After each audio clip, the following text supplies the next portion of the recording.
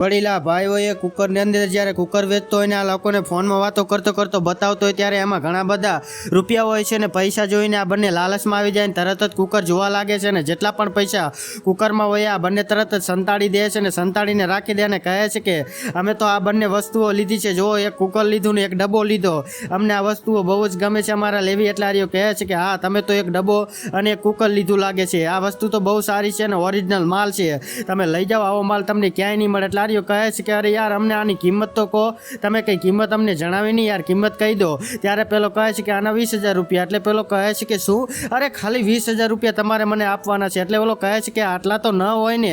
તો આર્યો કહે છે કે મેં તમને સમજાવ્યું તો ખરું, એ કુકરિયું બહુ જ સારું છે, નકર તમને નથી દેવાનું, તો તમે મને 20,000 આપો. એટલે ઓલા બંને લાલચમાં આવીને આ બંને લોકોને 20,000 રૂપિયા આપી દે છે. પણ મિત્રો હવે આગળ થયું એ જોવા જેવું છે. પણ અહીંયા જોતા પહેલાં ઉમા મેળવીને એક જ પ્રાર્થના કરું કે જે મારા વિડીયોને લાઈક કરી ચેનલ સબસ્ક્રાઇબ કરે ને મા બાપની ઉંમર લાંબી કરે ને કોમેન્ટમાં જય માં મેળવી જરૂરથી લખતા જાજો.